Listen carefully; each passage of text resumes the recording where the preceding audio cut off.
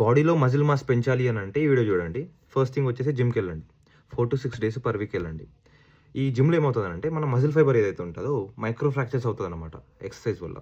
So, ఈ micro ఫ్రాక్చర్స్‌ని body heal చేయాలి. సో, హీల్ చేయడానికి ఏం అవసరం అవుతాయి మనకి అమినో యాసిడ్స్. అమినో యాసిడ్స్ ఏడి నుంచి వస్తాయి? ప్రోటీన్ నుంచి.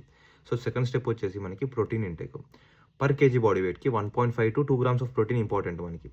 సో, ఇంటేక్ అలాగా ఉండేటట్టు చూసుకోండి. నాన్ వెజిటేరియన్స్ చికెన్, గుడ్లు, ఫిష్, లీన్ మీట్ తీసుకోండి. వెజిటేరియన్స్ వచ్చేసి పన్నీర్, టోఫు ఇట్లాంటివి తినొచ్చు. Third and most important thing వచ్చేసి స్లీప్.